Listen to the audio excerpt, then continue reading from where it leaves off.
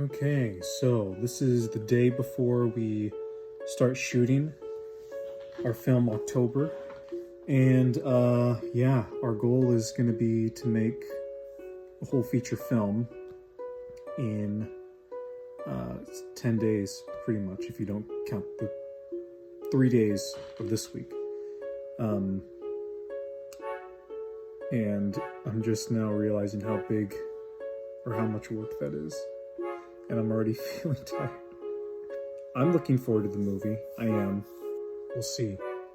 We'll see what happens. Hello, everyone. Hello. Welcome to our behind-the-scenes making-of documentary of our feature film October. Otherwise known as How to Make a Movie in 15 Days. Yeah, exactly. We made this movie in 15 days. We shot it for 13. It was edited and exported in 2. And we wanted to share how we did it. And hopefully in watching this, you learn how you can do it, or you can find some tips or tricks in here that'll help you out in your filmmaking process for whatever feature film you're working on. Yeah. So just so you guys know what this kind of format's going to be for us, it's going to be a lot of talking. It's going to be a little bit of a longer video just explaining our process on how we did this. So, yeah, it's going to be boring. But we thought that just our stories and just, what we learned would be, if you were interested in, this would be more extensive than our commentary, but we're going to try not to make it boring. Do you want to go into the pre-production kind of side of things, the writing and the... Yeah. So this movie, let's back it up. We wanted to make a movie in October. We wanted to make a Halloween movie in October. We wanted it to be released on Halloween, so that put us on a deadline. It was a project that we couldn't have started earlier, because in September we were wrapping up a couple of other projects, we were planning out some other things. So we knew that it had to be filmed in October. And so it was written to keep in mind, we'll just set it at one place pretty much. So we picked my house, because I knew that we'd have access to it all the time. There's a few different locations that we go to. Those were locations that we knew we could either get in for free or just film incognito, and we wouldn't really need any resources. So location-wise, character-wise, the amount of characters who appear, how they appear, that was all planned out because we knew that each day it would just be us for the most part. Logistically, that's how it was written. Story-wise, I think we kind of cover this in the commentary, but we wanted to make something that was just kind of about Halloween, just kind of a fun, aesthetic experience about what it is kind of like on Halloween in October, essentially. But logistically, that's how the movie was written. Then after the movie was written, and kind of all written out, we never printed out the script because... That'd be too much work. Cost money. Didn't have the money. Didn't want to feel like spending $10 to write out this or have the script in paper format. Would have been more helpful, yeah, but we got by just with it on our phones and on our thing. But also because I had this. We have books. High tech. High tech. This is better than computers. Take that, Spielberg. So the script was written. Let me look at the PDF here. It looks like it was written by the beginning of September. So it was finished on September 11th is when the date has. And so right after that I started storyboarding. And I started storyboarding on the 15th of September. Because I remember, we're trying to film in October. So this is kind of the title page. What I have here is all the storyboards. And underneath where the dialogue should be, I just wrote out every single line of dialogue. So I didn't do a second pass on the movie. But if there was a change that I wanted to make in the script, I just made it in the storyboards. And this was a really handy tool for us to have because this was the entire movie right here, visually, so we could refer to it whenever we needed. It was all blocked out. Do you think that it was organized for me? Was it organized for you? What was nice about having a book, I mean, sure, it's nice having scripts you can hand out to your whole crew, but especially when you're working in such a small group setting as us, like, it was just nice to know that all the changes that we had was in one place that we could just go check. It was kind of our production Bible. So we didn't have to worry about like, oh, is my script right? What is your script? It was just like, this is the updated draft. Anything that needed to change, we'll just go through there. And it just simplified a lot of the confusion that could come up in other shooting scenarios. So that was great. And, you know, I think this really worked well because it was just a small crew. It was just us. The only other day we had more people was when we had Phil, our Scarecrow. And that, again, we just had the script up on our phones. We had this to look at. And yeah, it was really helpful just to have everything in one place. Yeah.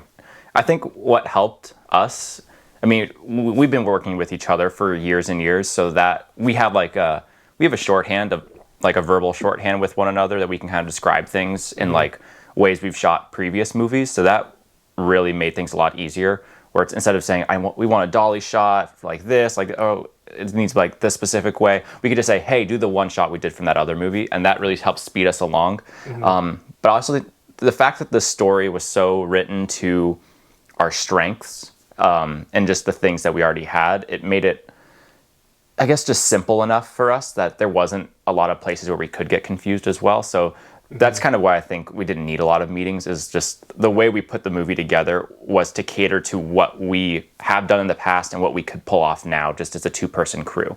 And what we had access to, because we really didn't, in past times, we've had trouble where we write something that's too big and then we have to scale it down.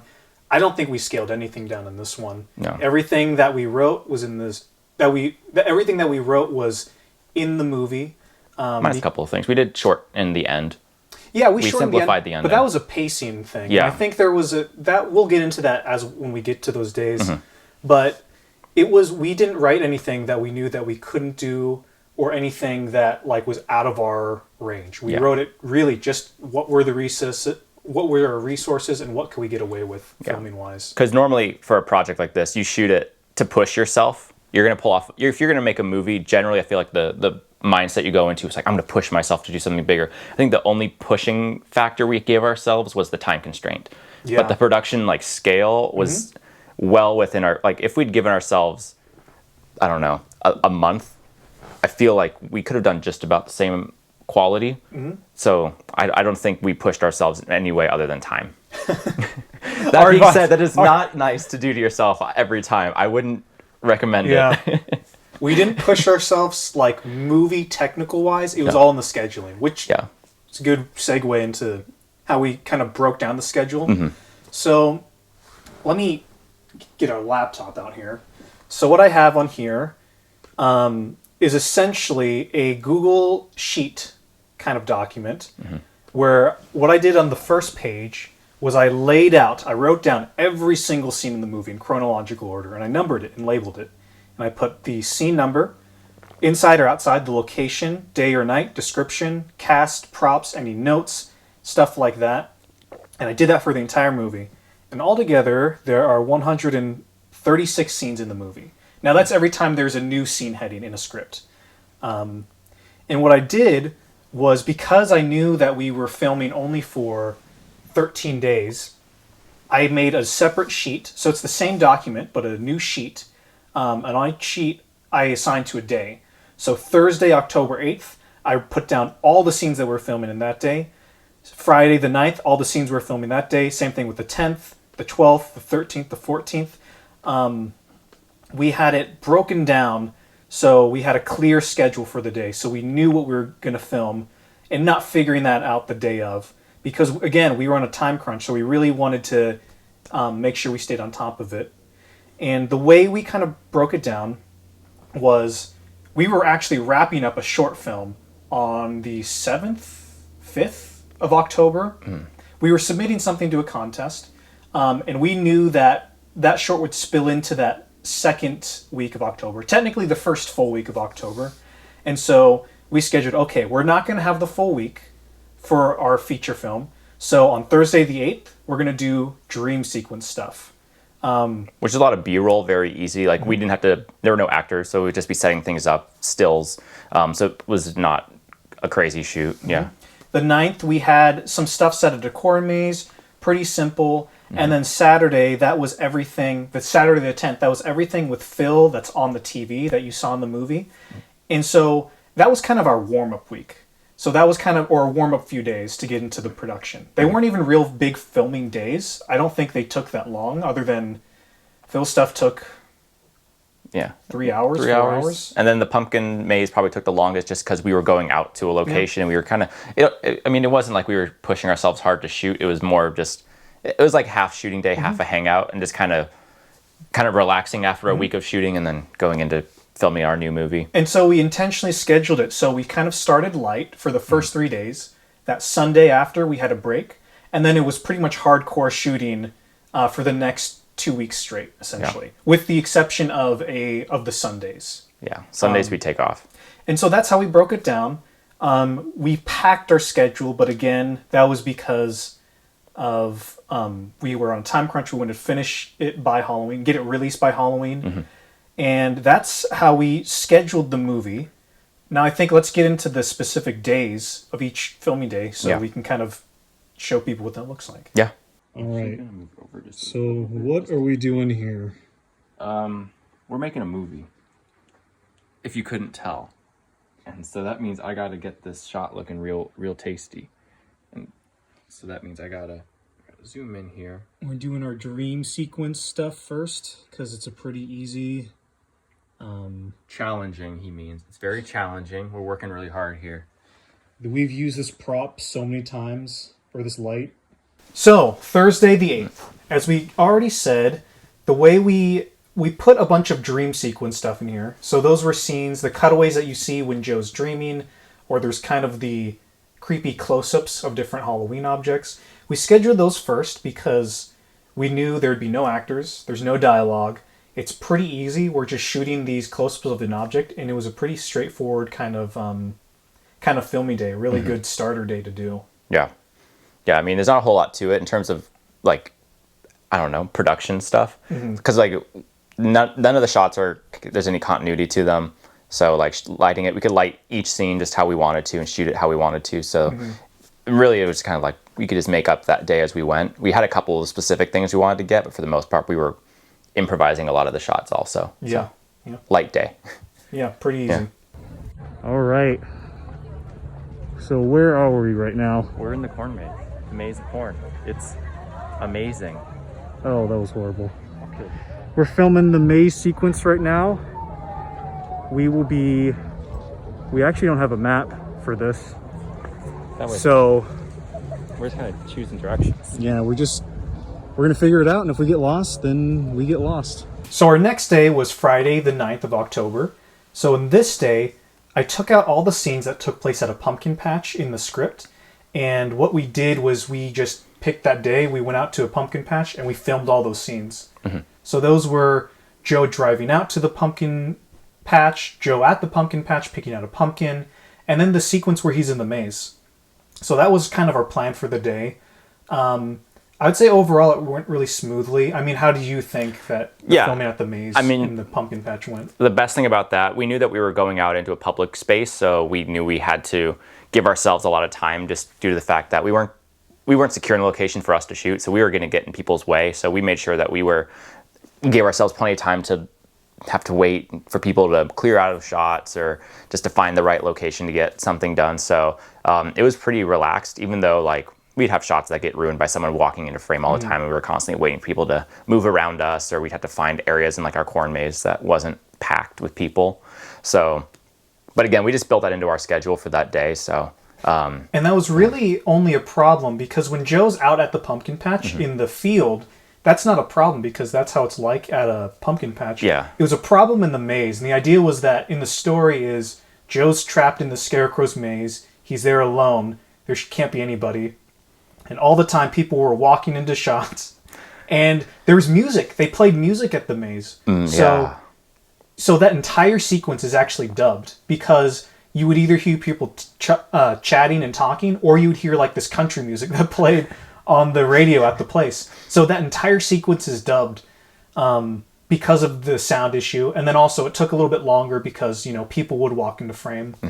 And there is a little not an Easter egg, there's a mistake. If you watch the movie, it's the shot where I come up onto the bridge.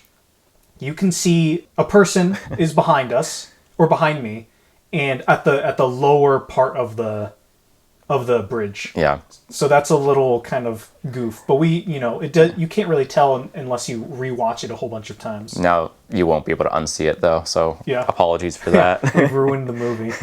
But yeah, that was the biggest challenge, I think. But even then, it was really warm. It was way warmer than we expected. Yeah. That was probably the hardest part of that day. But we filmed it in probably 4 hours or so. It didn't take that long. No. And we gave ourselves time. We would go get like Gatorades from the market and stuff there. Yeah. So we just scheduled for it to be a light day. Here we have Phil, our Scarecrow for the movie. That's my one line for the whole role, basically. Pretty much. Let's start from the top. Let's just Okay. go through that. Hey, you! Where'd you get that? Or, how do you want me to say that? Where'd you get that? Where'd you get that? Yeah. Where'd you get that? This Where'd you get that? skull? Don't you know what that is? It's dangerous to have, Wait. What is it? It's a cursed object. Someone must have stolen it from a graveyard. Wait, how do I get rid of it? You have to return it to the grave that it came from. This was probably... We had a lot of scenes that we were going to do. If I'm counting this out, it looks like we had almost 50 scenes that we were filming this day. 50 scenes, yeah. But they weren't... Now, these weren't full scenes where we set up, we shoot the scene, we get the dialogue perfect. No. These were only the scenes in which the Scarecrow appears. So what we did was we put Phil on a green screen, and we shot all of his dialogue, and we shot all of his... anything that we'd need him for in the movie. And we shot it just then. That way I could take that footage, put a backdrop behind him, and put that on a VHS tape so we could interact with that for real on the set. We shoot in our garage, or my garage, because it has, garage doors that go up, so they have railings that we can attach green screen to. I mean, I just say, if you're shooting something like this, I knew we were shooting to put it on VHS, so I knew we had a lot of leniency, and if there was artifacting or anything weird on the shot, we could kind of get away with it. And you see it in the footage. You can tell that there's not the best green screening done. So just make sure you have plenty of light. Make sure you're not spilling green onto your actors. I don't know, pretty basic stuff that I just trying to look out for as best I could. But I kind of knew that there would be spots that wouldn't be perfect, but I knew we could get away with it. I think that's the biggest takeaway is know what you can get away with and just be okay with it. Yeah. Yeah. And I think it was another day where it wasn't complicated, but it was tricky a little bit logistically trying to think about, because for the most part in the movie, we shot chronologically.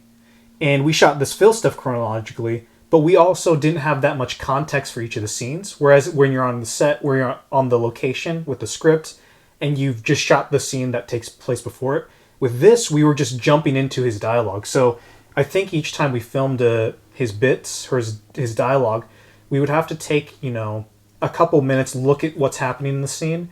And again, that's where this came in handy, because I could look and say, oh, in this scene, Phil is on the TV. He's looking to the right because he has to talk to Joe, because I blocked Joe, so he's to the right. The Scarecrow's to the left, or the pumpkin is to the left. And so that's where this really came in handy, because this was, essentially pre-visiting the movie, just on paper. And one thing that we did kind of run into, though, was the character of Scarecrow, we weren't quite concrete on. As Phil would act out more and more scenes, the character would kind of not change drastically, but it would definitely become more solidified throughout. And I felt the same when we were shooting Pumpkin too, where we would shoot a scene, and then by the end of the movie, the earlier scenes, Scarecrow is different than the end of the movie, so we actually kind of circled back around again and re-got those first couple of scenes just because Phil felt like the performance was different enough that he wanted to change some things. So that was something we ran into, and that, again, comes out of you're not acting on set. You don't quite get that in-time experience. Yeah, we didn't meet with Phil at all before. We texted him because we've worked, we've known Phil forever.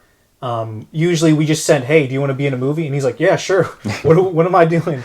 And so with the Scarecrow, it was kind of written as a blank slate, both the Scarecrow and the Pumpkin. And that was intentional because I knew in a movie where we're going this fast, trying to get this character perfect and get his personality perfect on the page would be kind of a challenge, because I knew we'd be shooting so quickly that we wouldn't have time to stop and discuss the character where it's at. So I thought, you know what, I'm just going to make him as a blank slate. That way, whatever Phil feels, he can put onto that character. And so then it's not so much you're filming a character, but it's like Phil just playing around with his own personality and putting that onto onto the Scarecrow, or with you with the pumpkin. And that's like a writing thing, because again, you don't need the script. When you're shooting like this, you don't need the script to be absolutely perfect with all the characters laid out necessarily. You just need it to be right in a way where you know it would work. And the way I knew it would work would be have it a blank slate. Phil will come up with something great that would work for us, and that's what we did. Yeah. So I thought I'd take this moment to go through kind of my organization process with editing and kind of managing what we need to do to finish the movie.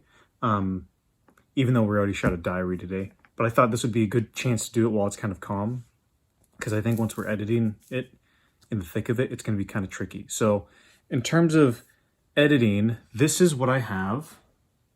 I have this kind of document here that it's going to go up on my wall.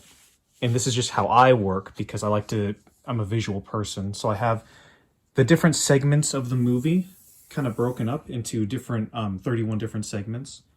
I have this column here to say if it's shot. This column for if it's the picture is locked. This is when the sound is all mixed and everything. This is when it's on a final timeline. Because what I do is I export, or I don't export. I save each section as a compound clip in Final Cut, and then I'll put it onto the final timeline once it's there. And then sometime around there, I think it'll probably be after Ethan's going to color grade it. And then my little to-do notes after the rough cut's done and everything. And obviously, this is when we celebrate. But that's going up on the wall. Here's the screen. There's probably a more efficient way to do this other than filming on my phone. I have all the footage and audio from each either sequence or day or section in these folders. I'll then create a Final Cut library here are the different libraries here. Right now I'm in day 1. There's the project for it. I have a folder for projects. I have a folder for footage, elements. Once I have more audio, I'll put that in that folder. And so here's the timeline as of now. We don't have a whole lot done because we've just been shooting for 3 days, and 3 mini days, that is. So it's going to get more chaotic and crazy. And then the plan is, perfect this timeline, perfect each section as much as you can. Do as much of the editing as you can in its own timeline. That way it's not chaotic and crazy. And if you try to render out, 90 minutes or an hour worth of footage of like this and it's all crazy, that'll probably kill your computer. So I just do it all in here. I'll put in the sound effects, I'll mix the audio, lock the picture, and then I do a compound clip, which is really easy. If you know Final Cut, you know how to do it. I forget what they call it in Adobe Premiere. Is it nesting, maybe? I don't know. Someone can comment on what it is. Ethan would know. And so, yeah, that's kind of how I have it so far. Pretty straightforward, and there's probably more efficient ways, probably better ways to do it, but this is what's best for me as of now. So obviously, as you can see, I'm using Final Cut Pro. I know a lot of filmmakers, they use Adobe Premiere, and that's honestly what I'd prefer to use. And I've used Premiere before. I'm really familiar with it. I used it in film school. I used it in different classes. I've used it at Ethan's place because that's what he has. But for me, it's just a matter of cost. I don't have the money to spend, do that subscription either yearly or monthly. That's just not really an option for me financially. Especially when I already had Final Cut, which I purchased once, maybe 2013, and it's 2020. So I've been using it for 7 years. It automatically updates, free updates, which is probably, the best, kind of like deal you can get in terms of like good editing software. And I mean, I prefer Adobe, but I really do like Final Cut. There's a lot of stuff you can do with it, especially if you look for it. And I know a lot of people kind of poo-poo on, Final Cut, but I think it's a really good software that I know for indie filmmakers, it is kind of, we're not making a lot of money. And so this is one of those ways you can cut the cost of whatever your production is if you just, don't pay for the Adobe thing, shell out, however many, like $200 a year for just the one software or $500 for the whole suite. Use Final Cut because it'll cut your costs, especially, you know, if you're a good editor, you should be able to edit well on any software. That's kind of my philosophy. And I've edited on, you know, iMovie, Windows Movie Maker, Avid, Premiere, Final Cut. I'm just using what's available to me because, again, when you're an indie filmmaker, you have to cut the costs wherever you can, and you know where your limits are and you know what you need. And Final Cut is just one of those things where it's like, it works great for me. So that's what I use. And it's also cheaper. So, you know, if you're a filmmaker or a film student or whatever, and people are kind of, you know, saying you should do this or that with editing, don't worry. Just use what works best for you. For me, that's Final Cut. This is not a paid endorsement, but if Apple would like to send me, you know, some, you know, like free apps or whatever for filmmaking, go for it. But, you know, I'm just being truthful about what works for me. And for editing, it's Final Cut. But yeah, for you, it might be something else. And that's cool too.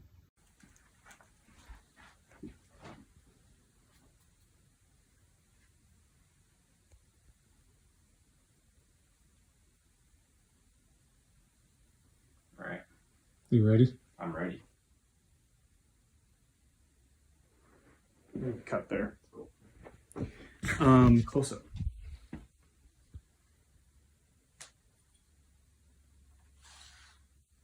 Yep. When you are filming with two people, you can do takes really fast if you know what you're doing. Do we know what we're doing? No. Here's where things get more complicated. Monday the 12th. So we broke on Sunday. We didn't have filming that day. We had a day off. Monday, I think you had meetings in the morning. Yep. I worked a second job, so I had to go do that first half of the day.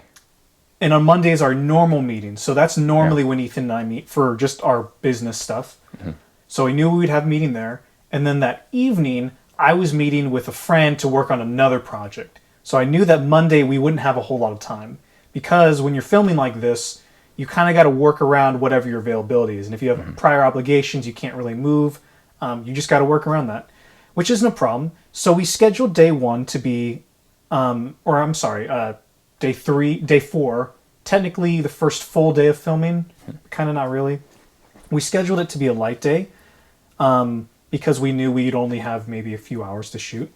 So on this day, we shot stuff from the first section of the movie and stuff from the second section of the movie. So when the title card comes up and says 1 or 2, we shot the stuff of essentially Joe just kind of going about his day, baking the pie, decorating the house, sitting in the armchair and falling asleep and waking up and seeing the Scarecrow on the TV.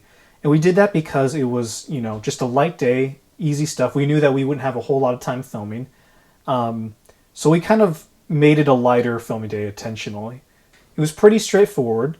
But we knew that we were kind of ramping up to some heavier days that week. So we were kind of like, I don't know, and savoring the moment of light shooting days. We definitely, yeah. And I knew one thing that you'll notice is the trick-or-treater scenes when the trick-or-treater knocks on my door. That was something where I knew I would have to have someone else play that character, not one of us. So what I did was I scheduled that for, I think, that Friday or the following Friday. And we filmed all of those scenes in one day, essentially. So that's why we didn't start with that, because it would have been annoying to grab my sister who played the character. It would have been annoying to grab her, you know, every single time we needed her just for that one bit. So I thought, no, that'll be the one thing that we don't shoot chronologically.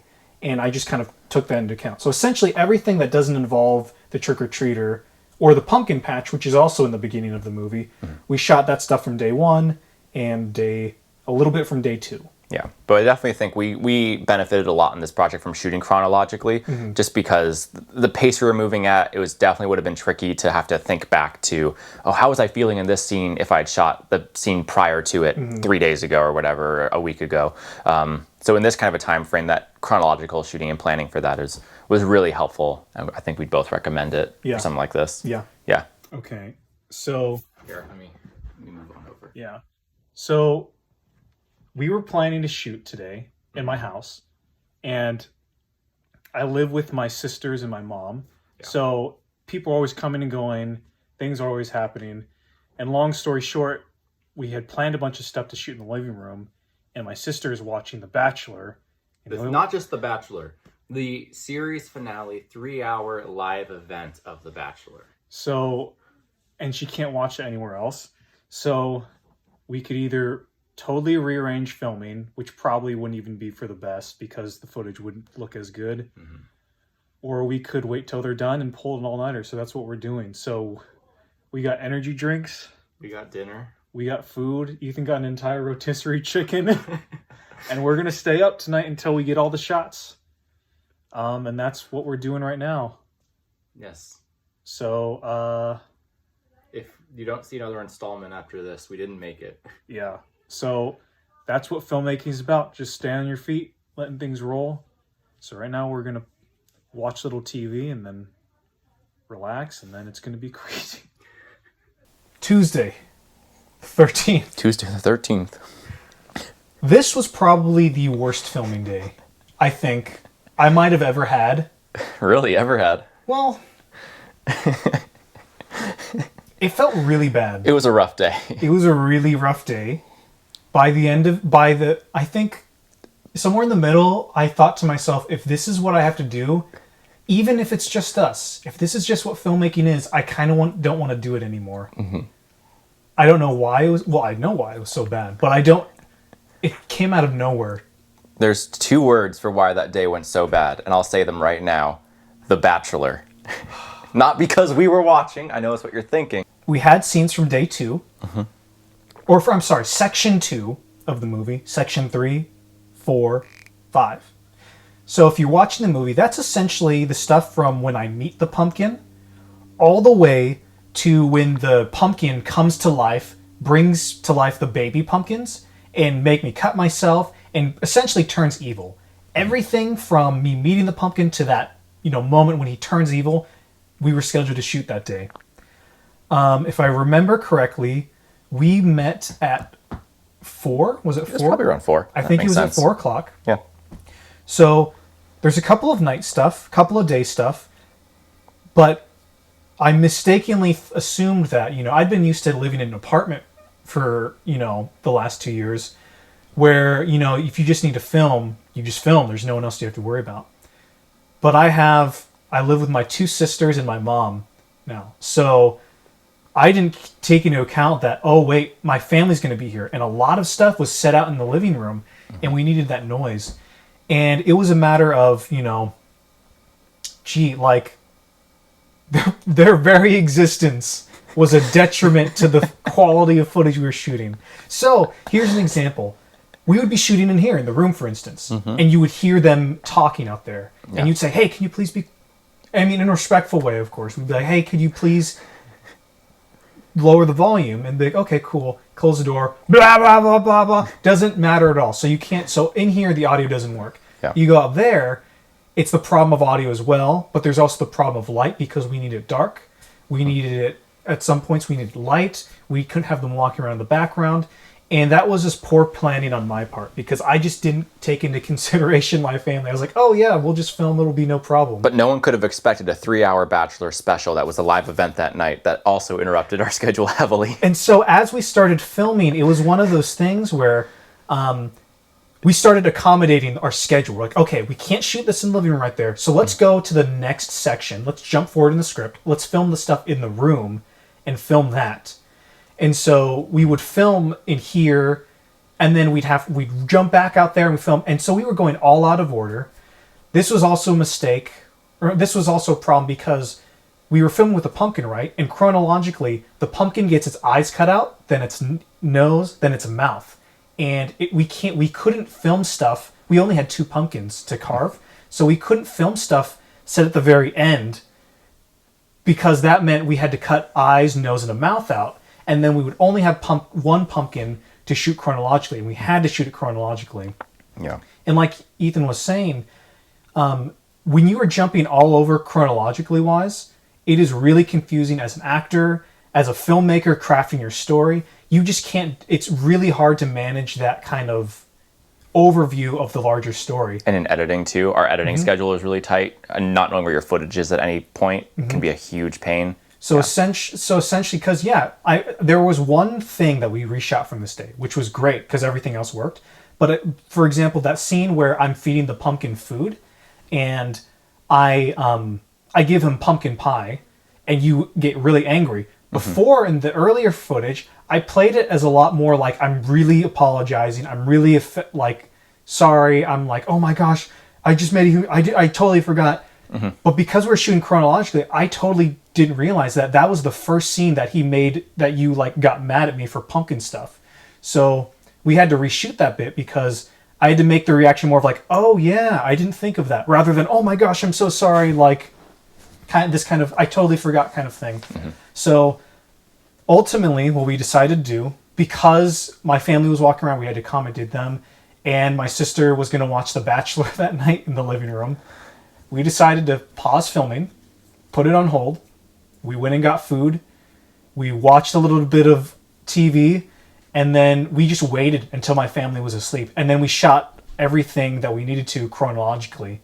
And so I think we probably got started filming at midnight, and we wrapped at about 4:30 a.m. Yeah, that's about right. And then I went home, went to sleep, went to work, came back here, and then that started our next shooting day. And here's the thing. If the footage sucked, we probably wouldn't have made it. We probably would have quit. But the thing is, we liked the footage that we were getting. So we were like, well, I guess we got to keep going. Cue the next night, which was also a very late night. Yes. All right. Hello. Explain what we've done today.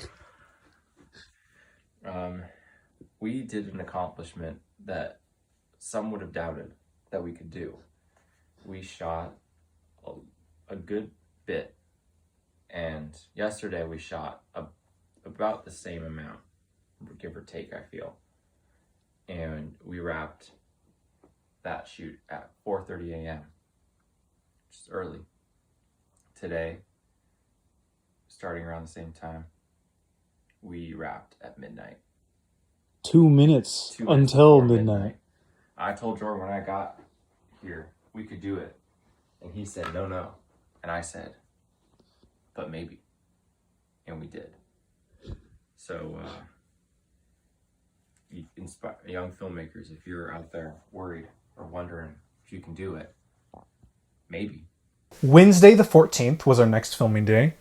This was also kind of a loaded day. Essentially, what we shot here was picking up after that. So this was the stuff of me being tied up by the pumpkins, all the way through me cutting the skull out of the pumpkin, me taking the skull out, and then I think there's a scene where the food is rotten in the fridge, and so we filmed that section. So that was, if you look at the movie, it's section 6 through section 8. I guess chapter is a better word. Chapter 6 through chapter 8. Not a whole lot of complicated setups, but there were things that are a little bit tricky. The most difficult thing, I think, here was the carving out the pumpkin bit, where, I essentially kill the evil pumpkin and take out the skull. Because what you had to do there was there was so much coverage we had to get. And prior to that, we weren't really getting a whole lot of coverage. Because how it's boarded, we don't film these movies with like, we're going to shoot the entire scene from a wide shot, entire scene from a close-up. We just board it. Because I think it's a waste of time if you shoot the entire scene from different points of view and put it together in editing. I think that's kind of, for me anyways, if it works for you, that's totally fine. But for me, it's a waste of time, and it's more work in editing because you have to find it out in editing, rather than going in with a clear plan of attack and be like, okay, I only need this close-up. I only need this line from this angle. So that's how we shoot a lot of the dialogue stuff, usually, and the movies in general. Yeah. But that was the one scene where I was like, okay, I know we need to get this carving of the pumpkin and all the stuff from these different angles. We're going to film it all the way through from each of these different angles. And that's probably, that was probably the longest scene that we shot that day. Yeah. because we were adjusting lighting a lot throughout that scene too. Our lighting generally isn't, we don't keep a lot of continuity for it. We're constantly moving our lights around and changing it however we feel like will fit the shot best. So there was a lot of that. But for the most part, yeah, we were just kind of making up those shots again as we went, which ate into our time schedule. But and after the pumpkin stuff, remember too, which we should have mentioned before, we had to get his dialogue. And the way we had been doing it before was he would have this lav mic, which goes into a Zoom recorder. And as I would act out the scene, he would speak. And the hope was that when he spoke into the microphone, usually when you edit, sometimes when you dub in voices later on, it doesn't match the tone of the room. So we thought, hey, let's just record it live in the room and film it that way. So up through day 6, we were recording everything pretty much live in the room, which we found out actually didn't work that well and kind of slowed us down. Yeah, we thought it would work better for Jordan's acting so that he would actually have something to play off of by having me do lines, and we just used those lines to record as well. But we found that a lot of reasons it just didn't work. Yeah.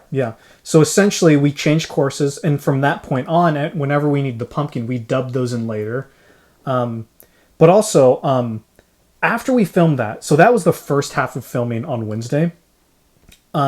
Then we shot stuff which was essentially me looking at the skull, me finding the food rotten with kitchen, chapters 7 and 8. If you go back and watch the movie, chapters 7 and 8, not a lot happens. It's actually a lot more low key. So I think getting over that hurdle of filming a big set piece, carving a pumpkin is a set piece. Getting over that was really nice, because then it was essentially all downhill from there. Because essentially it was just me and a skull just doing random stuff. Yeah. Minimal kind of coverage, minimal dialogue, not a whole lot going on, which is really nice. Yeah. Hold up. There we go. Go on. Sometimes you make the set. Sometimes the set makes you. This is about to be my boldest move.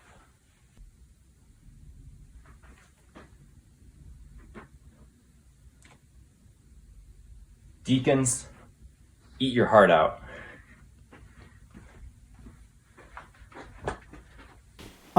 We had been filming essentially all-nighters, Tuesday and Wednesday. We had planned to shoot all day Thursday, but I think at some point on Wednesday I was like, hey, do you want to just take the morning off and we'll film later in the afternoon? Those were the best things I heard all shoot. Yeah. Take the morning off? Yes, please. This was a day where I had a guitar lesson I had to teach. So I had to go to that in the middle of the day. And so we waited till after. So I think that was about 4:30 when we got filming. Yeah. This was essentially everything from chapter 9. So when I wake up in the room, in the chair, and the TV keeps turning on and off, everything from that point all the way through chapter 14, when I meet the Scarecrow and the Scarecrow talks to me for the second time. So we shot essentially a big old montage of the skull doing different things. Yeah. And I think this day was definitely a lot easier. Yeah. I think the night before on Wednesday, we had actually wrapped prior to midnight. Yeah, because we wrapped at, it was 11:58. I remember that. You're right. In the Winco parking lot at 11:58 we wrapped. Because we had such a late night on that Tuesday. It was so rough. Wednesday, we're like, okay, we are going to wrap by midnight. We're not going to go later than that. And this is one of those tricks, mental tricks, I think.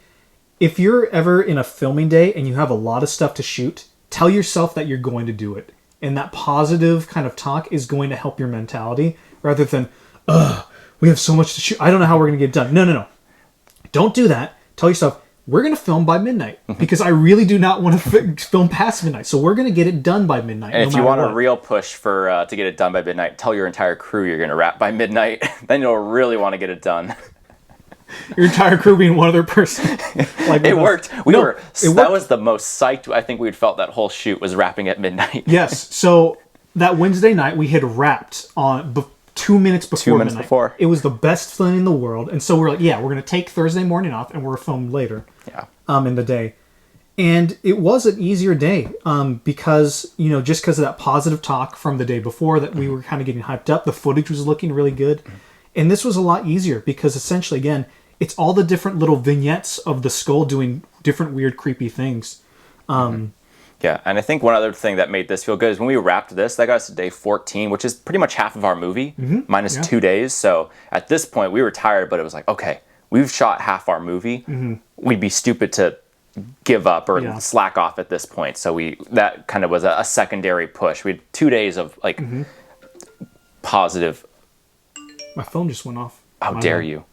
We had 2 days of like positive reinforcement, I guess, more or less, to ourselves. We were more motivated after coming off days. We were really, really tired.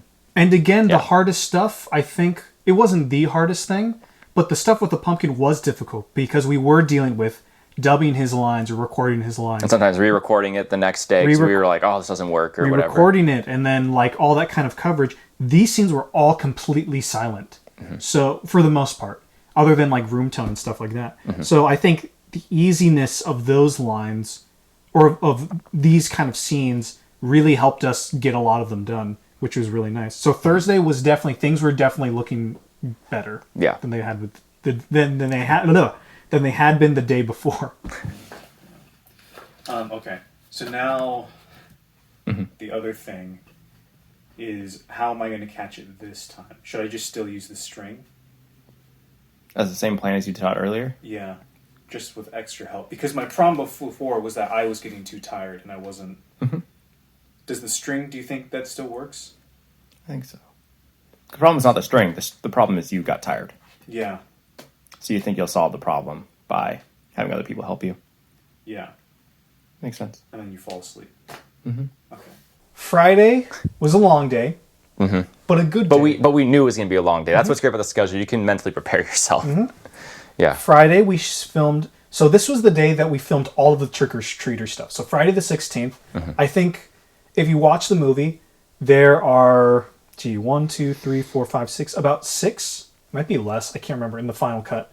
There are about 6 trick-or-treater scenes where the ghost trick-or-treater knocks and I answer.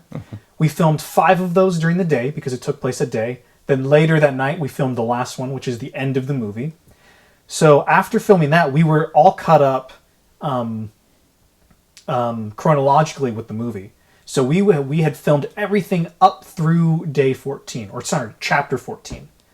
And so Friday, we started filming everything from chapter 15 all the way through chapter 27. Really, 27? 27? I'm sorry, 22? 22. My bad. Whew. Yeah. Wow, that was a busy day.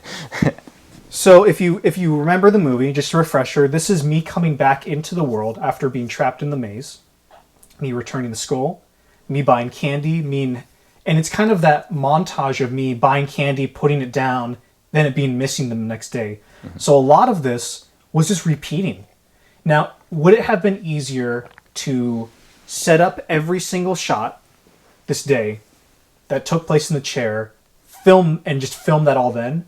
That probably logistically would have been easier, but again, when you're crafting the story from a storytelling perspective and from an acting perspective, it's really hard. You'll lose sight of your arc really easy. So we did the complicated things. So we filmed chair, bowl, TV, outside, and then we repeat it. And we did that, maybe 1, 2, 3 times, 3 or 4 times.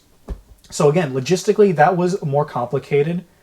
But when you're working with this small a crew, I think you can get away with. And again, it benefits you in the end, I think. Yeah. I mean, what are your thoughts on that? Yeah, I think that it worked great. And I mean, again, just the fact that we're a 2-person crew, and we don't have much equipment that we're using. Like, we shot on an EOS R, and we just have this really simple LED lighting setup. So it's not like we're moving tons of gear to get each setup. Like, I'm probably moving all of my lights every shot anyways that we're trying to get. So the extra couple minutes of setup here and there don't really affect our production to a point that it wouldn't be smart of us to do it. I think that the focusing on the arc is better than focusing on the couple minutes that you would save if you shot everything like that. And then it bleeds over into our editing, because we would edit you would go through and do rough passes while we're not shooting. He would edit the rough cut of that scene or what we shot the day before, so we could kind of watch it and see if there's anything that didn't quite work. So we really had to make sure that we were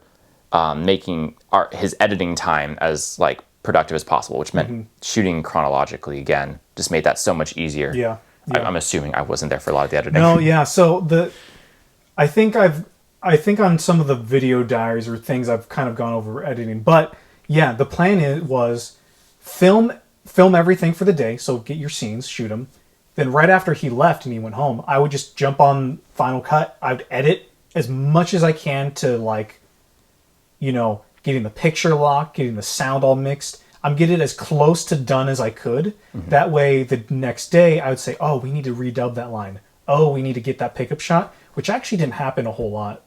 Mostly Maybe it was a few times. It was mostly line recording, Yeah. which is super easy. And shots, I think we only had to get a handful that were redone, but most of it we got day of.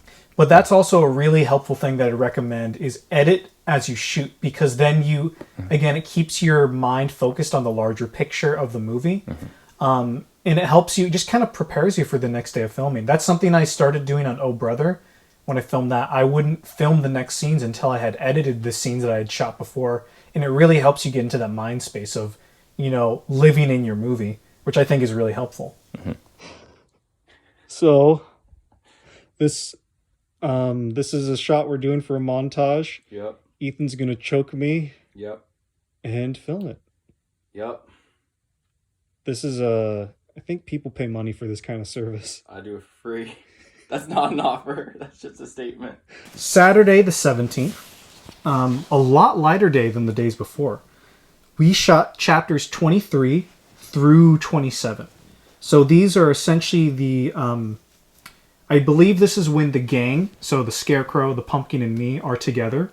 We're together, and we're like, we're going to catch this creature that is coming in and stealing the candy. Mm-hmm. So so again, that's a little bit of a montage of essentially just the same thing again. Like, me on the other side of the couch, Scarecrow on the TV, Pumpkin, in the closet or on the couch, and essentially just filming the same setups over and over again, just because it's kind of a montage, repetitive kind of group of scenes where we're trying to stop the creature. Were the orbiting shots in this too?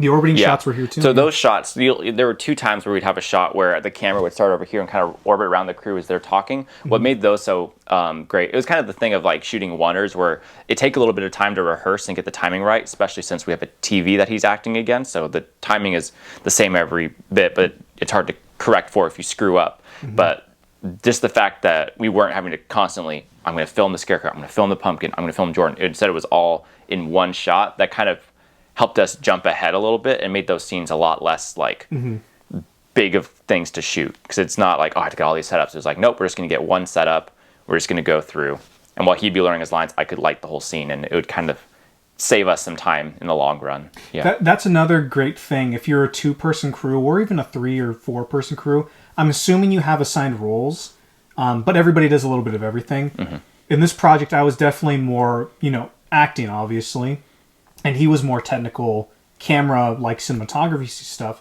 So while he was setting up, I would go over the scene and think about, either the scheduling of it, of which angles we're going to get, or my lines, or, anything coming up. So that's a really helpful thing is I know it's tempting just to sit around and talk about memes. We had those, don't worry. We had those too.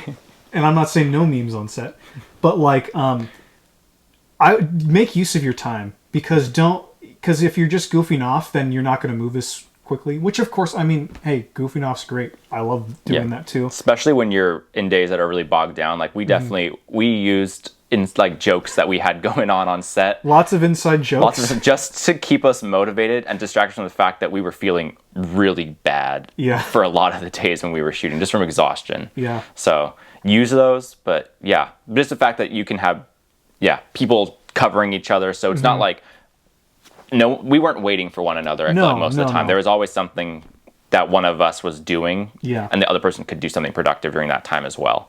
And just the fact that we had a schedule again, like having your day scheduled out so precisely really helped. Just because if we were, I don't know, it just gave you a roadmap of what you needed to get done that day, and that was super helpful. Yeah, and I think the thing with Saturday too was, I mean, the most complicated thing was the creature, which we didn't. This wasn't the full creature, but this was the hand coming out of the closet. So it was one of those things where we had to shift roles a little bit for the first time during this production. So then I was behind the camera and he was in front of it, and seeing how he worked helped me use the camera, and that way you could just focus on, you know, the acting or the hand stuff or whatever. So with these small crews, I think it's really great because you can shift positions like that. I mean, can you imagine like a 20 to 50 person set and the grip is just like, well, actually, can you do this, Mr. Director, or can you do this, producer? Excuse me, Chris Pratt, could you come behind the camera real Yeah, quick? yeah, exactly. you that flexibility of like, you know, obviously they're paid to be like the best at their craft and you can't switch jobs. But this is a lot more kind of, you know, you kind of have to. Everybody has to know how to do everybody's jobs on these little sets. Otherwise, you can't help each other out and you're never going to get anything done. So work as a team, work as like a unit, have your jobs, but then if someone needs to tag out or tag in, you can do it just fine. And Yeah. I'm not the best cinematographer at all, but like watching him makes me better. And I'm not a great director, but watching him makes me better. yeah, so like you'll feed off of each other. You'll make each other better people. Yeah. And the fact that we both have experience in each other's roles, we can give suggestions to one another. Yeah. I think there was a Darius Brick quote where he's like, I'll take a suggestion from anyone on crew, Yeah. like on how I could do my job better. I think we're pretty good at like giving suggestions to each other in the moment. And it's never like, you're doing a bad job, Yeah. let me do it better. It's like, no. We give each other suggestions all the time. It works great. This is one of the best. This relates to any film project, but one of the best pieces of advice I give any filmmaker is learning how to collaborate and putting your ego aside. Because I think when people start off, it's like, me, I'm the filmmaker. This is my vision. This is my kind of thing. Yeah. And it's like, no, it's not just yours. I mean, yes, it is your story or movie or whatever, but people are sacrificing their time for you. People are there on set. They're contributing to this movie just as much as you are. So you got to if they have an idea, listen to them, because, you know, it'll make the movie better if it's a good idea. And if it's a bad idea, it's a bad idea. You have bad ideas all the time too. So learn to think about the movie as kind of an R, you know. Communism is good in filmmaking. Yeah. I mean, so it's like, put your ego aside, think about the movie. What's going to make the movie better? Doesn't matter if Ethan comes up with a better idea than mine. I'm just happy that someone had that idea, so the movie ends up better. Because if he has a great idea and I say no all the time, you know, the movie's going to suffer ultimately. Yeah. So learn how to collaborate and learn how to say yes and no. Because I think there were some times when, I'm trying to think, I think there was one time specifically, we were filming out there.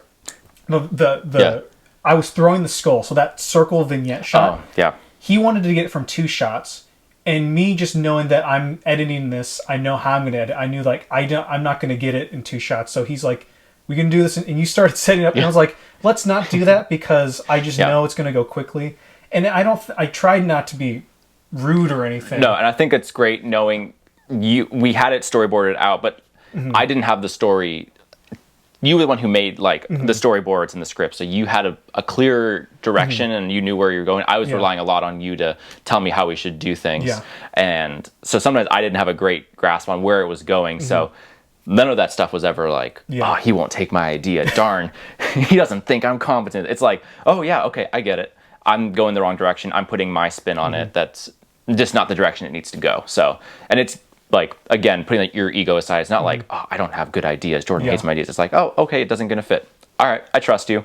Yeah. But I don't think either of us are afraid to throw our idea out there. Even if someone says no, it's still like, there's a lot of respect that's given to the idea, even if it's the one we don't go with. Honestly, I feel like 70-80% of the time, one of us will suggest the idea and we'll do that idea. Yeah. And it'll usually work and make the movie better. I can't think of like an example in this project, but I'll always remember there's a film we shot, My Father Was a Spaceman. It's on our channel, you can find it. One of my favorite shots in the movie wasn't boarded. It's the scene where the character, she pulls an antenna towards the lens, and the lens, or the antenna comes into focus, and it's this real tight focal length. And I love that shot, and it's not boarded. And that's an example I always think of like, take someone's idea, because that's like one of my favorite shots in the movie. And that, I didn't come up with that. Like, that was just something that he was like, hey, can we do this? I'm like, yeah, go for it. I do love that shot. It's a good shot. It's a good shot. And I wish I could think of an example. Was there anyone in this? What was a shot that you came up with in this movie? Do you remember? It all just blends together. Yeah, well, I think one that wasn't necessarily a shot, but it was a concept. But when the pumpkin monster's head blows up and we had the fog coming out of it, that wasn't bored. Where like the head's gone and there's the smoke that's spewing out of it. I was putting on the costume. I was like, Jordan, grab one of our atmosphere aerosols. Trust me. And I tried to show it to you as best I could. I was like, the smoke's gonna come out. It's gonna look awesome. Trust me. And we went with it. And I think we only did one take of it because we watched it. It's like, that's so cool looking. Yeah. No, that's a great, because in the boards, it was boarded differently, and we kind of, but it wasn't that, and that was definitely. I think just that creature's design too is one of those things where it was going to be like, it was like all blankets originally we were going to do with like a skull head, and then we were driving around picking up props, and we were like, hey, what if it was Enoch from Over the Garden Wall? I don't know who said it first, but we were like, oh, we can't do that. Or well, actually, can we? And then we did. Yeah, I think that's another one. Yeah. And I mean, that's a pretty big decision right there to change your monster days before we started shooting, but it worked out.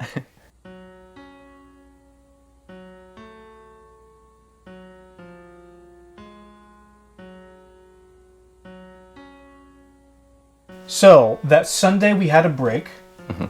Well needed. Rested. Much. Yeah, much needed. Then Monday we started shooting. Now, part of the reason we filmed so much in the first week was because I knew that the climax of the movie would be complicated. In fact, the climax of the movie originally was way more complicated. Yeah. It originally took place in the living room of my house, but that was obviously out of the question. Originally, this creature would come down the chimney and steal candy that way, and so everything kind of took place in the living room. Obviously, because my family we couldn't shoot it out there. And so what we ended up doing was setting it in here. And that's another great thing about indie filmmaking or low budget filmmaking is you can just shift gears on the fly just like that. Not a huge detriment. And so we front loaded the first week because I knew, again, that the climax would be complicated, even if it was set in here and different. And so Monday we filmed essentially, actually not a whole lot. Monday we filmed Me Being Miserable, so chapters 27 through 29. So that's just after I've told the gang that I give up. I'm not going to try to catch this creature. Up through the point where they convinced me to, no, we got to fight for Halloween. And so that's what we filmed on Monday. So really, really light day. The whole week was pretty light because, again, we filmed most of the movie. And we really wanted to make sure we got the climax of the movie right. Yeah. I think you'll notice that we really did front load our production schedule. I mean, there's those 3-4 days that were definitely warm-ups for us. But at a certain point, we really made sure that first full week, we got most of the movie done because we knew that if we had let ourselves ease into it and by the end of the movie, the climax, we had our most busy days, there wouldn't be enough time to really shoot them effectively. And we'd kind of have this issue of we'd be so tired and we wouldn't, it would hurt the project. So we figured we'd rather shoot our hardest at the beginning of the movie, so that way we had plenty of time that if something did come up for the climax of the movie, we could shift gears and it wouldn't be throwing the whole movie out of sync. It would just be a little shift. And also, you got to make sure that when you have bigger sequences, you got to make sure that are key sequences, like the climax of the movie, for instance, you want to spend as much time as that as you want. And if you're doing stuff before or after, filming stuff before or after, you're not going to be in the right headspace. Yeah. And we knew that this sequence was key, so we actually split it up into 2 days. So Monday was essentially the build-up to the climax a little bit, and that's what we did on Monday. And then Tuesday, Wednesday, we did the climax, and then everything else was filmed on Thursday. Yeah. You'll notice that a lot of our scenes are these short montages. They're just really, really quick scenes. Some of them are only 1 shot long. And that just helps us get through all the monotony of all these little scenes so we can get to those big scenes, and they feel so much more important. So we really made sure we had time to let those scenes breathe. And didn't spend time in just pointless stuff. So we really try to keep the pacing of the movie going as much as possible. Yeah. Looks good as the light bricks. I tried out mine inside of it, and it looks pretty good. So if you light up the pumpkin's head, like on the warm one too, but it looks like that. With a face painted on it, I don't think it's necessary. I don't know, I'll leave. What do you think? Let me turn off the light so I can see it better. I think you lose the face. Yeah, I think you do. Yeah, let's do no light. Okay. Okay, I'm gonna start with this. Now, I designed it where it covers the front more than the back. Okay. But I brought a spare one that I can shove underneath the helmet if we want to cover my back more. Okay. I'll leave that up to you. We'll see how it looks. Yeah, we'll go without first. Have to wear the beanie because one of the zip ties digs into your head otherwise. Oh, geez. Because I didn't angle it right. Because I'm tired in Russian. Did you say you're tired in Russian? Oh, mama. I'll need your help to like tame some of it. And... Yeah. So let's see your... Can you give me my gloves? Yeah, so here's the left one. Come this way, my son. I'm gonna need Yeah, to duck. I'm gonna tell you when to duck. You're fine now. You know what? Here's what I can do. Oh, move that aside. Okay. You're gonna have to duck now. You're good. You're good. This is like those Instagram pictures where it's like the girl, okay, duck now. Yeah, she's with her boyfriend in there. And she's pulling him rather. Oh boy. Yeah, that looks pretty good. So Tuesday, as we said before, so we filmed the first half of the climax. This was me stepping into the closet, me coming outside into that other dimension, me going to the bathroom, seeing the creature, it chases me back in here, and then chases me into the closet. So we shot that all over the course of 4 hours, maybe? Yeah, that's probably about 4 hours. About 4 hours? Yeah. Again, that's 4 hours for a pretty straightforward sequence. That really gave us time to think about the cinematography, the shots, the progression of the movie. We didn't have that boarded, correct? Or did you you boarded the big shots? It was boarded. And actually, here's a... So, once we knew that the film could no longer take place in the living room... Actually, this is actually the best place to get into it, actually, in more detail. As I said before, the climax of the movie was originally different. It was actually a lot different, a lot more complicated, a lot more moving pieces. Essentially, the Scarecrow the monster comes through the chimney, and we kind of lead the creature through an elaborate kind of Home Alone maze of traps into catching it. There's a bunch of fighting that breaks out, and then it moves out to the backyard. Backyard, yeah. So everything in the backyard is essentially the same, but everything before was totally different. It took place in the real world. It took place in the living room. There was a lot more of just kind of different coverage from the pumpkin's point of view, the Scarecrow's point of view. And so everything had to be boarded again. Mm-hmm. So what I did was in the book, I have if you kind of go to the very back, there is some really rough storyboards, a lot more rougher than the beginning of the movie, where I boarded out the new version of the climax. And so it was boarded, but it just wasn't... There was no real consideration. It was just like, okay, what are the key shots we need? Yeah. And so then what was great on set was, we'd get the key shots and be like, okay, what's another shot we can get? Yeah, we filled in the gaps in between. And we would get artsy-fartsy with it too. Like, we'd get shots that weren't necessary. Like, we'd have shots of things in the foreground. Like, when you're sneaking through the house, it's like that shot of the little candle in front. Like, that I don't think was boarded. We just kind of were like, that looks nice. Yeah. And we'll just do it. And we really just, I think, comparing us to a great movie, but like Saving Private Ryan, right? Steven Spielberg didn't storyboard the Normandy beach sequence. What he did was just, I think for weeks or days or whatever, each day they would move a little farther on the beach and he would film it from different angles and just grabbing different shots. That's kind of how we did this in a way. Yeah. Where it's like, okay, Joe comes out of the closet, let's film that from all the different interesting ways. Let's get the key shots, of course, but then let's film it from, different angles. We good there? Okay, let's move on to the next thing. So now Joe steps out of the room. So let's get it from these different angles. How, just kind of looking for what would look good. Yeah, and we just kind of realized, like, if you'd have a couple of shots in mind where it'd be like, oh, I think this would look cool, this would look cool. But the second we were out of ideas, it's like, okay, the scene's done. We weren't going to try and force ourselves to get 1,000 different angles of each way it could possibly be shot. It was like, if I got 3 good shots, then we'd probably move on. Yeah. Like, we weren't trying to milk it for everything the scene was worth. I think the hardest part of this night, up until that part, was definitely the Scarecrow. Or not the Scarecrow. The pumpkin monster? The pumpkin monster. So Yeah. obviously this climax, as again said a million times before, is totally different.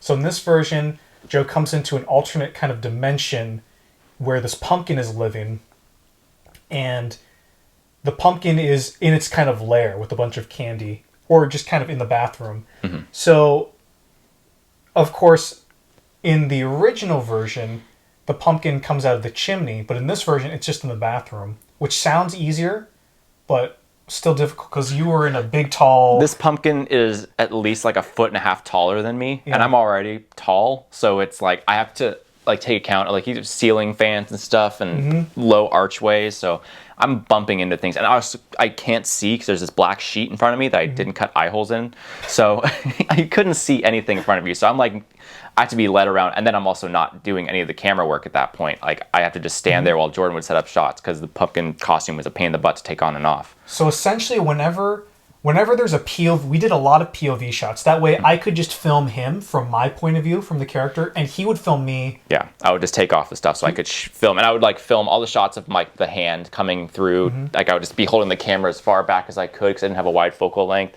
So the camera would be like over here on my shoulder, and I'd be trying to puppet with my hand.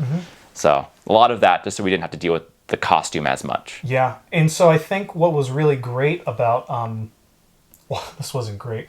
The shots look great for when we could tripod the shots and we didn't have to. But essentially, what we would do is it was really dangerous for you to be running. But I did it anyways. But he did it. But what he would do is we would say for the wide shot. I don't think it appears in the movie, which is a bummer. There was a wider shot of me running through the frame and then Ethan in the pumpkin suit running through the frame. So what we did was we would run out through the frame, but then I would be staying just off frame and I'd be catching him so he didn't run into anything and just kind of guiding him so he wouldn't hit any furniture. And we did that in like sections of the house because we did that first shot where we'd walk all the way through in one take, but for the running, like we'd go from the hallway to this first pillar in his kitchen, and I would just run across there and he'd catch me. And then we'd do the living room and across the living room and then the bedroom. Just so that way I wasn't have to do the whole thing in one take because there was couches and it would have just been a huge hassle and I probably would have broken a bone or something. Yeah, so that's, it was difficult, but it was really good that we dedicated the entire night just to filming that thing. Yeah. So explain to us so the idea is that me and Ethan, we run outside. The shot's from in there looking out, and ideally we would see us standing in the yard from inside. So how are you going to light this? Brightly. Very good. That's what I'm going to figure out because we got a lot of factors to deal with here. Like, for instance, I don't know, but I'm going to light it. This is our main source since it's the brightest light that we have that's still really compact. So that means I'm going to probably need something to mount to our railings out there that's a bit easier to work with. So that's why you get, one of your friction arms. I'm sure all of you have this at home in your kitchen. Or, in my head, this is a cooking show. So you just, fix your lighting, get your biggest, thickest battery you got, and then just open this guy up. And I mean, one of the things I'm looking for here is what's a motivation for this light. So I have this lit with a blue gel. We have a blue light here. It's a practical, so that motivates our light choice over here. Yeah, so that makes it a little easier. So we're just gripping it to a railing right here? Just gripping it to a railing. And then you'll just kind of aim it in the direction because I don't expect this part to be in the shot necessarily. No. And if it is, then we might move this light. But for now, I'm just going to max bright. So let's have you stand up. Oh yeah, that's a lot better. Just to give us a wash. Yeah. And if we need Another one over there. kickers or anything, we can add those as needed. So that just gets us, our baseline. Wednesday. It is Wednesday, my dudes. So if you remember in the climax of the movie, what happens is I come into the closet and then the creature follows me. Then I fall out of the closet, and then that's when the Scarecrow and the pumpkin ambush the creature. Again, different from what was originally conceived, but by that point we had been sitting with the sequence for a while, the new version of the sequence. So I think I was more clear on like the shots to get. So we filmed everything from when I fall out of the closet up into the pumpkin sacrifice. The greatest piece of cinema ever shot. Yes. Which this day was a little more complicated because there was a lot more setups. Yeah. So obviously there was me on the floor with the pumpkin and the Scarecrow ambushing the creature, me running outside, being chased by the creature, the pumpkin and the Scarecrow watching this, and then the pumpkin floats up and shoots at the creature. I mean, again, we shot it chronologically. I think the most difficult thing of the night was probably all the coverage that we got, because whenever you get into lots of coverage of stuff, it always gets more complicated. But I mean, it went smoothly either way. Yeah. You know, I don't remember the evening. I remember being a lot of work, but I don't remember being like super stressed out or anything. I think we were both pretty excited. Again, with the project, we would kind of watch either before the day started or towards the end of the day. We'd always watch the cut of what we kind of had shot the previous couple of days, just so we kind of, I don't know, I think it kept morale up more than anything, but also we just kind of knew where the project was. But I think we were just excited knowing that we were towards the end, and that kind of kept us moving. And it was an exciting set piece. There was a lot of action, so that just kept momentum for us while we were shooting it. And I think the two most difficult parts, like things that we actually shot, were, one was the pumpkin rising up, and you want to talk about how we filmed that? Well, I'll talk about the first half. You want to talk about the post side of it? Yes. Yeah. So there's the bit where the pumpkin floats up in the air. We use VFX very sparingly in our movies because we're not visual effects artists. We don't know what we're doing. We're not authorities on it at all. We get away with the bare minimum. Yeah, it's just not a strong suit of ours. So how we shot it clean. We shot with the TV in the window and pumpkin sitting next to it, and we just kind of got the coverage of them talking, and then we punched in. We got a clean plate with the pumpkin not in the shot, but the stool where it should be, and then we put a blue screen, which is a piece of paper, like a big craft paper, and we just kind of had that with the pumpkin sat on top of it, so that way we could clip out the pumpkin.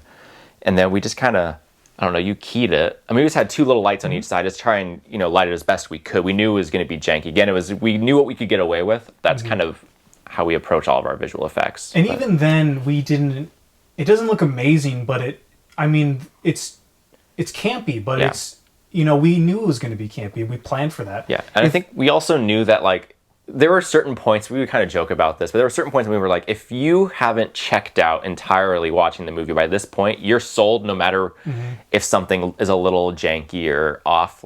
If you made it to the point where the pumpkin is levitating and is about to blow up a giant pumpkin monster in the yard, you're probably not going to be turned off if the green screen isn't perfect. Yeah.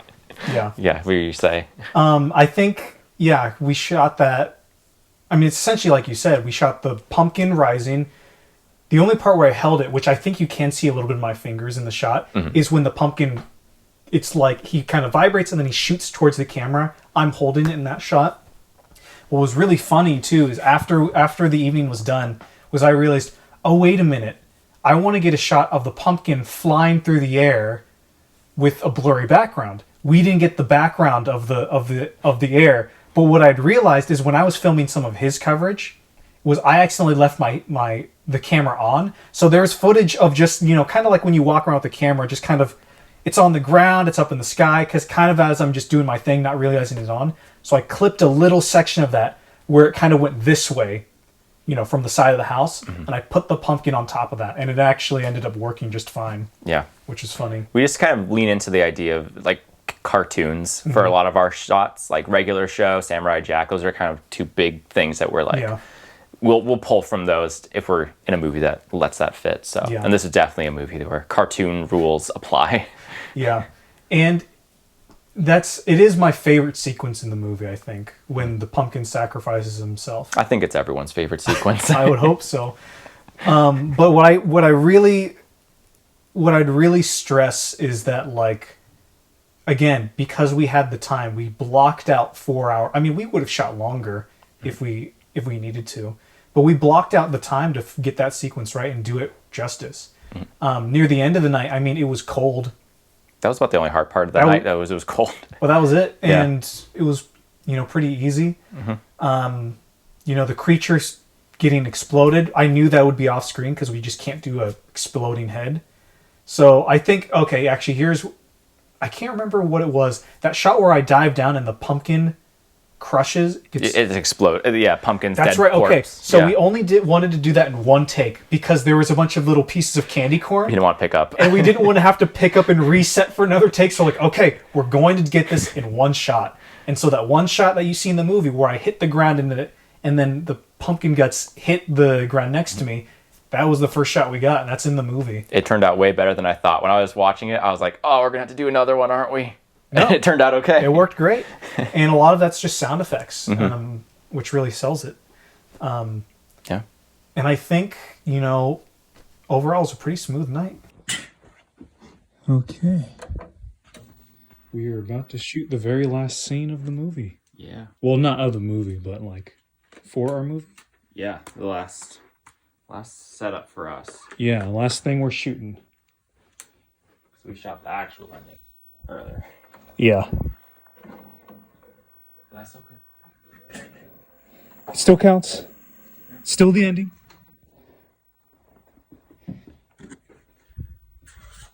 Yep.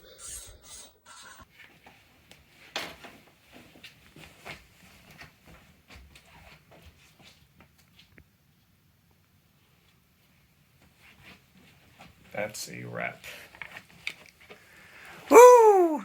We did it. Oh, you're here. End of the movie. Yeah. End of the movie. Thursday, the 22nd. This was, this would have been the 13th day of shooting. Yeah. We filmed everything that takes place after the climax. Starting with Pumpkin's funeral, right? Pumpkin's funeral. Yeah. We filmed, it was a really, really light day because if you watch the movie, there's not a whole lot that happens afterwards. But everything except for the trick-or-treater, except for the very last scene, we filmed. Then I think the hardest part was honestly, there's not much we can say about this day that we can't say about other days other than it was really easy.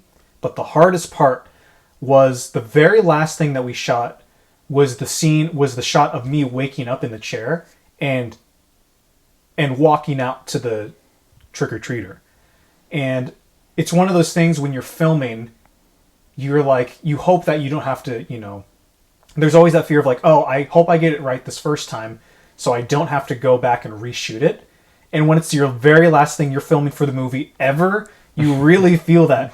And it's a simple shot of me waking up, looking at the TV, looking at the door, and going to the door. We did so many takes. We did At least 5, five. 6, At least 5. 7 takes of that because I was like, I didn't want to. I was just like, let's keep going. So Yeah. it's probably a lot of our takes. We wouldn't do multiple takes usually. We would just usually let the camera roll for the most part.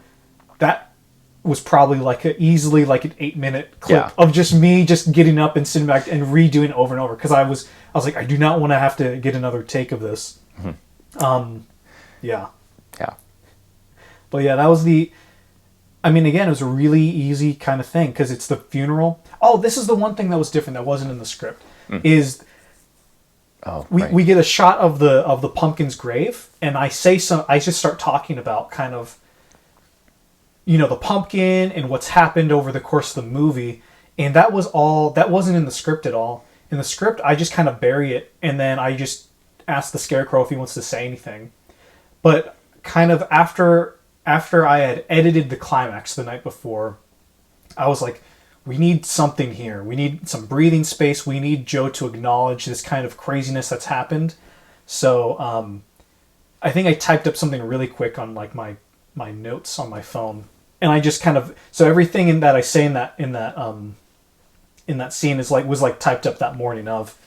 And that was a pacing thing, and that's one of the great things about watching everything you've shot up until that point while it's edited, because you can get a feel for the pacing of the movie too. Yeah. But yeah, that was the only different thing.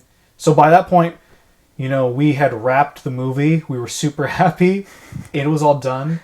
And happy with the product. Happy with the product, yeah. So it's Saturday. Oh no, it's not Saturday. It feels like a Saturday.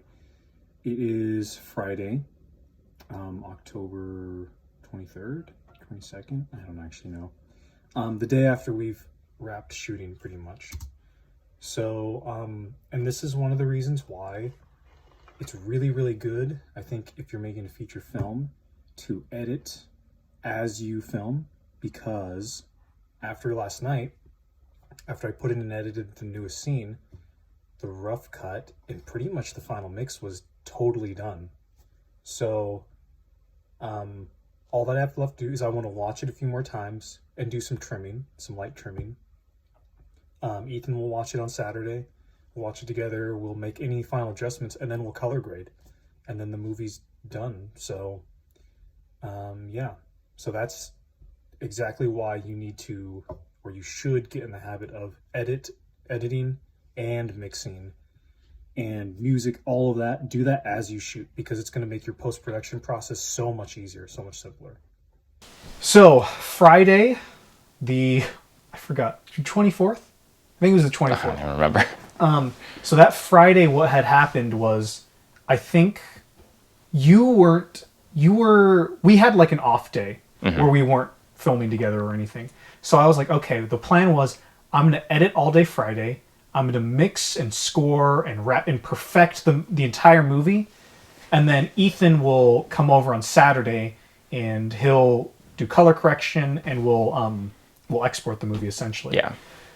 So Friday I was just editing, and I really didn't have to do much other than edit the end of the movie, because what had happened, again, like as I've said before, everything that we had shot, I edited the day it was shot and got it as close to finalized as I could. So by that point, the entire, like 95% of the movie had been completed by that point. So it was really as simple as me dropping those clips in the end of the timeline, mixing just that one sequence, and the movie was pretty much done. I think I did some fat trimming because we had watched it, I think Thursday a little bit or something. Yeah, we watched it on Thursday. I think we had watched it a little bit earlier. There were some scenes that were just needed to go and some shots that needed to go or be tightened up. But I did some of that on Friday. But yeah, but really we had the movie pretty much locked by the time we were coming in to finalize it, or by the time we'd shot those last scenes. So it was really not a difficult process to edit. I think, at least not for me. I know you had a different experience because you had to actually edit the movie. So I won't speak too much for you. No. But I mean, okay, so I think the hardest thing on Saturday was honestly computer problems. And it wasn't even really computer problems. Hard drive space problems. So that's another thing. When you work on a feature film, you should probably get a new external hard drive, or make sure you have one that's, you've cleared off any space on it so you have the room. Yeah. So when we were trying to color correct, I think we color corrected all the scenes. We got to chapter 21, and then my computer just started freezing. And it was taking so long that I think you just left at one point. Yeah. And I did a little more digging, and then I realized, oh, wait a minute. I have no space left on my hard drive or my external hard drive. So I had to go out and get a new hard drive. And then I copied the footage onto that new hard drive, and it ran just fine.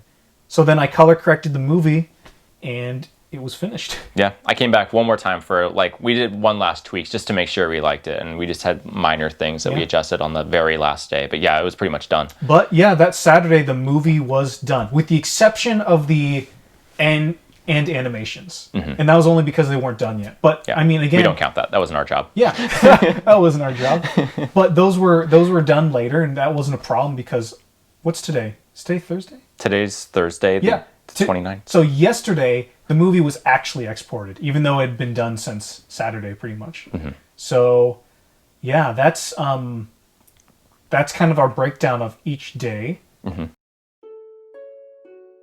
Now that we've taken you through this journey, this odyssey of how we made our movie, we have for you 8 tips that will help you make a movie in 15 days. How to shoot it in 13 and edit it in 2 days. These are our 8 tips that we have for you in no specific order. So the first one, edit as you shoot. As I've said before, The reason we were able to complete it and essentially export it and have it be totally done in 15 days was because at the end of each shooting day, I would edit everything that was shot that day and perfect it, get as close to being completely done as you can. That means either color grading it or sound mixing, adding the sound effects, making sure your picture is locked essentially. You're doing all of that the day of filming. And that will make your last 2 days of editing or kind of finalizing, it'll make it go so much smoother if you do that. Mm-hmm. And a second thing just would be making sure that you have a schedule that you're going to stick to for each day. So you're breaking down your entire script into just bite-sized chunks. That's going to keep you on track. Then having a timeline for that just to make sure that you're not falling behind or slipping or pushing things too much. It just gives you a great overhead that you can communicate what needs to happen at each given moment. And that should be for any project too. Yeah. You should always break down the script by scene and what you need, who's in it, the description, and just make a big Google Sheet document of that information. It'll help you out immensely. Yeah. The next thing is shoot chronologically. Again, if you're shooting in 13 days, editing in 2, you're going to be kind of all over the place mentally. You do not want to be all over the place mentally when it comes to your story. So shoot chronologically. That way you as a storyteller, you can have an overview of the overall film. And as an actor, you can be in the right headspace and kind of ramp up to wherever you need to get to, or ramp down. You kind of, so you know where your target is, and you aim for it and you hit it each time, rather than jumping around and try to make things easier on you, because it's not easy making a movie in 13 days. So make sure you're putting the work in where it needs to go. Take that extra time, setting up or kind of things, and just shoot it chronologically. It'll go a lot easier. Yeah, and before you even start shooting, the next one is going to be just storyboarding your shots. This is a good practice, and the further you get into filming, the more projects you start putting together. I think it's really useful that you do start drawing out, not just because that's it. I mean, storyboards are your roadmap from shooting to editing. That's how we use them, especially. It just kind of makes the process so much easier. You're not wondering what shot comes next. You have it written out for yourself each time. And it also, I think, mentally kind of prepares you so that if you need to switch gears, you can really quickly think about, do I need this shot? No, I don't. You can cut things from your schedule. So if you are falling behind or you need to make adjustments or switch gears while you're shooting, it's just so much easier. Plus, you're not like forgetting things. You aren't going to go into editing and realize, oh, I missed this shot that are crucial. You were on set looking, okay, did I get this shot? Yes, I did. Put a check mark next to it.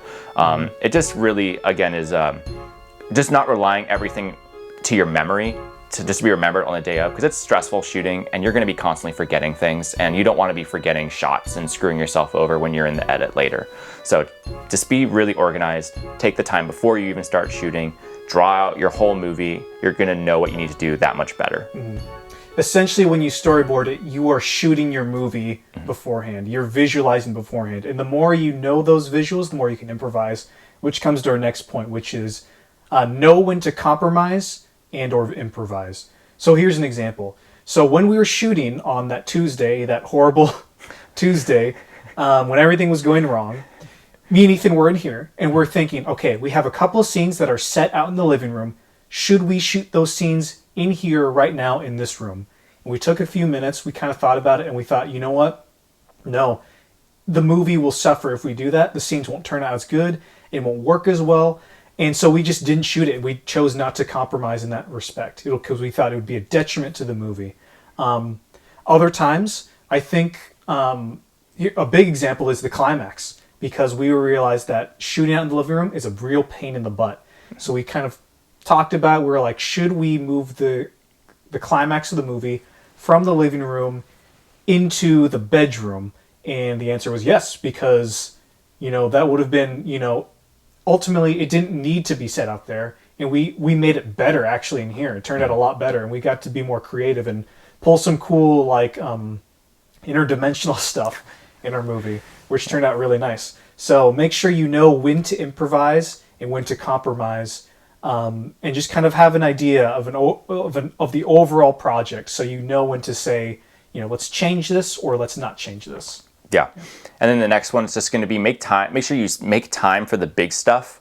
And that's just, again, scheduling wise, making sure that you take time for the big stuff. No, because if you're scrambling and if you're packing your days full and you're coming up to this big scene that has a lot of moving parts to it, or even not a lot of moving parts, but just emotionally has a lot going on in it, and you're already worn out from a day of shooting, and now you're coming into this big scene where you need to be there, but you just physically aren't, that's just gonna hurt your project in the long run. So we split our climax of the movie into 2 days because we knew that we had to get that right, and we didn't want to compromise on it by knowing we had to rush or that we were, having to cut corners on things. We wanted to make sure that we were doing it the best it could be. So we knew that we would schedule as much time as we could possibly put into those scenes to make them right. Yeah. And regarding time too, our next point is maximize your time. So that means, obviously take the time for the big things. Shoot a bunch of small stuff at once, but also when you're not shooting, make sure that you are editing. If your goal is to film a movie and finish a movie in 15 days, you're not going to have a lot of rest days. We had 2 rest days, I think. We had 2 Sundays that we weren't working. And even then, you were editing for most of them anyways, probably, right? A little bit, yeah. But it was, and I think it was one of those things where just plan that you're not going to get a lot of sleep. You're not going to get a lot of breaks in between. You're going to feel gross. You're going to feel gross. You're going to be running on coffee and energy drinks, and it's going to be a real pain in the butt. But it's going to be amazing when you get that, when you're looking at your footage and you're thinking to yourself, this looks awesome. I love this. This is the movie we set out to make, and it's going to be worth it. But you have to put in that time. You have to be constantly editing. You have to be at the computer, even when your back hurts, even when you're tired, when you want sleep. Set a goal for yourself.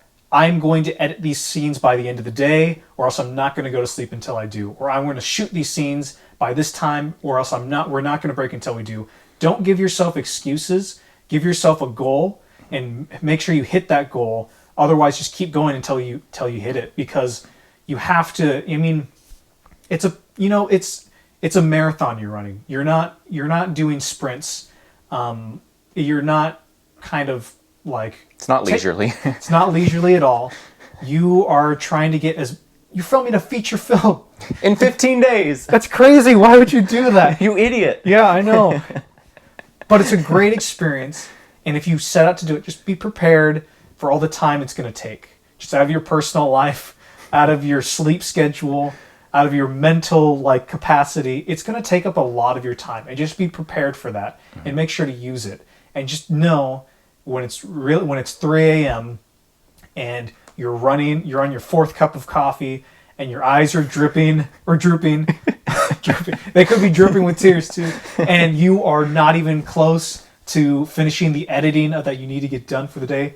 Just remember that by the end of the 15 days, it will all be over and life will return to normal and you can sleep as much as you want. But put in the work, no pain, no gain.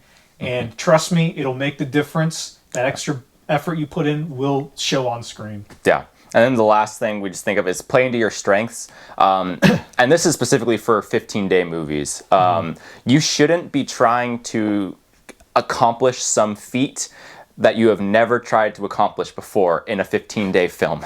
This is not the time to go overboard with set pieces and special effects and all these things. It's like, I've never done this before, but I think I could do it.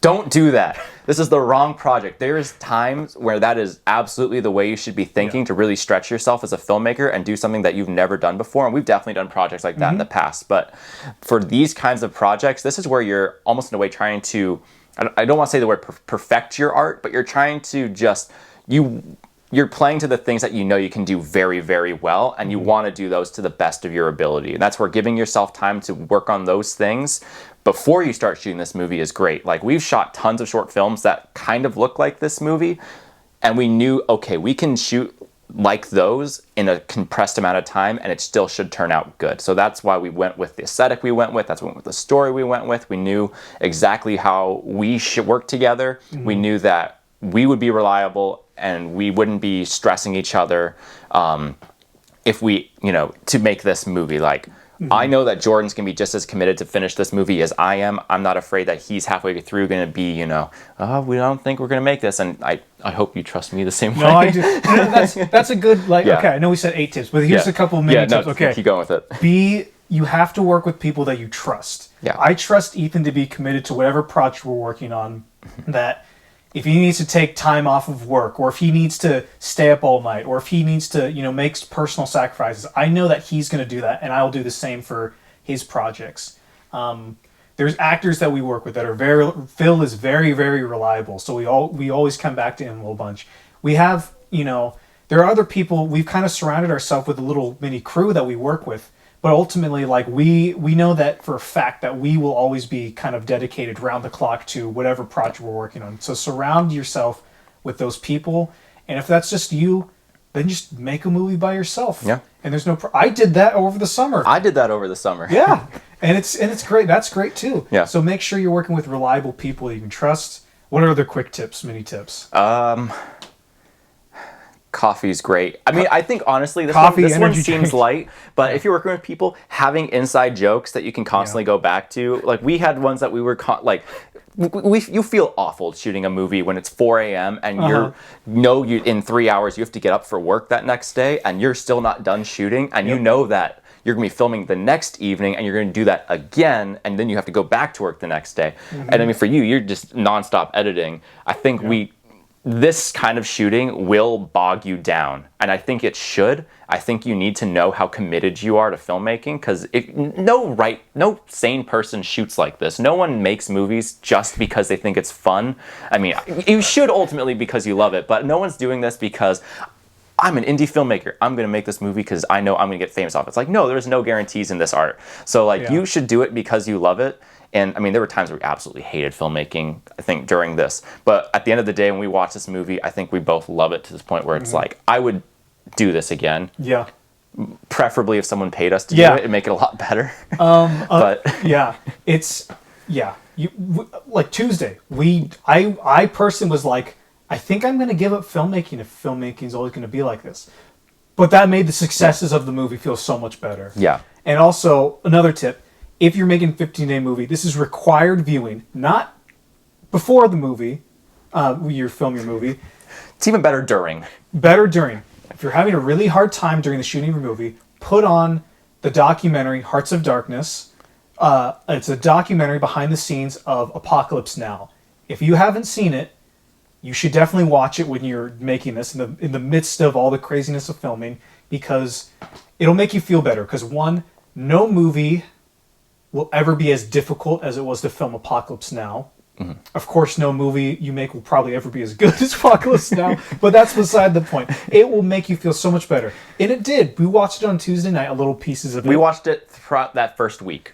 Yeah, and especially on that Tuesday, after being like, we can't film until later. We have to arrange right out of this. We do this. We put on Hearts of Darkness, and it's like Francis Ford Coppola. He lost like 5 helicopters. Marlon Brando shows up fat and doesn't know his lines. Like, so much went wrong with that, and it made us have some perspective on our problems, and we felt better about the project we were making. And just knowing the fact that they shot for 260 something days, we only had 15 days we had to shoot. Like, imagine living most of your year in the 15 days of what you're feeling. Like, oh gosh, no way. Yeah. So it puts it in perspective. You're gonna be fine. It's okay. And hopefully you haven't put millions of dollars down on your project. Yeah. And you should be fine. Yeah. I think that probably just about does it. Yeah.